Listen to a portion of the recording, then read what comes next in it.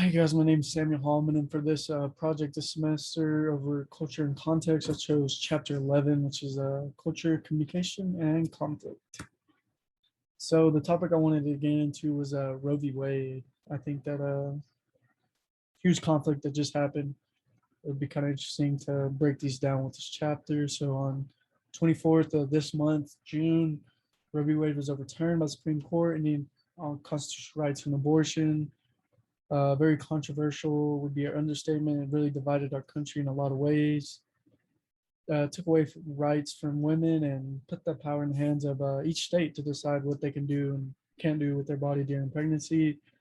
A huge protest and taking to social media to talk about it by the pro-choice and pro-life side. And you got the celebration from the pro-life side who've been trying to get rid of abortions for a very long time, almost 50 years now.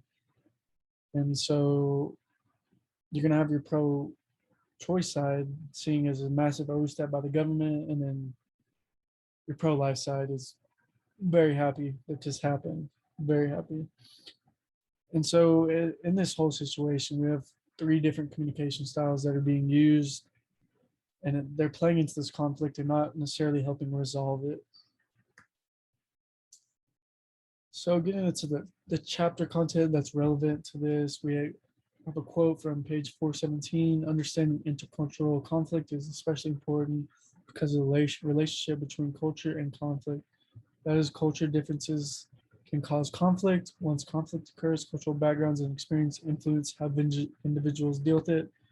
So everybody's raised different backgrounds, different cultures, and that causes conflict. And then once that conflict occurs, what you were raised in and what you were raised upon and your life experiences play to how you deal with it, how you deal with your conflict, what style you choose, how you go about it. So the authors define conflict as a perception or a real incompatibility of goals, values, and expectations between two or more groups or individuals who are interdependent. Right here, we have a couple different types of conflict. We have affective, where people come to a realization that their feelings and emotions differ greatly. Say a relationship between a boy and a girl. Boy likes a girl more than the girl likes a boy. You got a conflict there. Conflict of interest.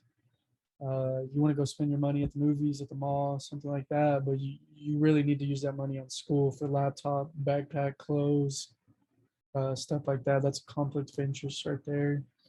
Value conflict, which I think is really important for this Roe v. Wade connection. It's a difference in ideologies that each person has, and two people disagreeing for religious reasons is an example, and it also plays into Roe v. Wade as well. Cognitive, having two different perceptions of the issue at hand. Two nations at war. One wants peace, the other just wants war. You have a cognitive conflict. Goal conflict, similar to cognitive, but an example I would use is you and your partner have a 10-year goal. Maybe your goals don't line up right there. Lots of different approaches to overcoming conflict in this chapter. I just wanted to introduce direct approach and emotionally expressive. The direct is you're direct with your words, what you say, what you mean, very precise and specific language when you're trying to approach this conflict. Emotionally expressive approach, your emotions and feelings are heavily playing into how you approach this conflict. This chapter also touched on religion and how it plays into conflict, and this goes into Roe v. Wade. Is a lot of the pro-life are influenced by their religion and why they're so against abortion.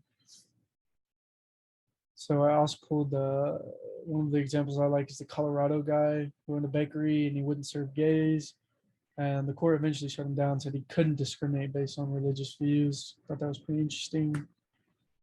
Another thing is the social movements, and they're being used by both pro-life and pro-choice, taken to the streets to protest about what they think about the topic of Roe v. Wade. Very important tool when you're trying to get across your opinion. And just one that comes to mind more recently was George Floyd's death. There's lots of riots, protests, whatever you want to call them, that happen. And that's just what people do when they aren't being heard, and they want to get into the conflict and want to be heard. Okay, very sensitive subject. I'm not making a stance. I just want to look at it through the lens of this chapter, and we can see several observations.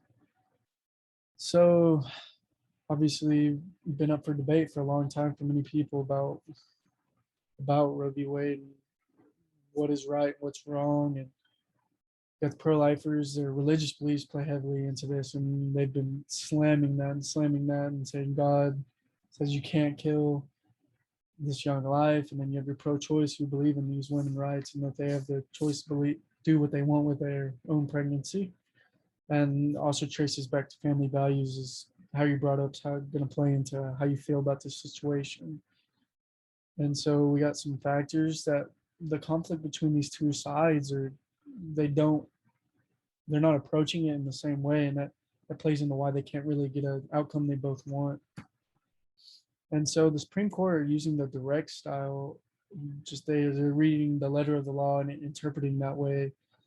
And then you have your pro-choice, pro-life going in with their emotionally expressive, and then your value conflict comes into play. Their ideologies very, very different.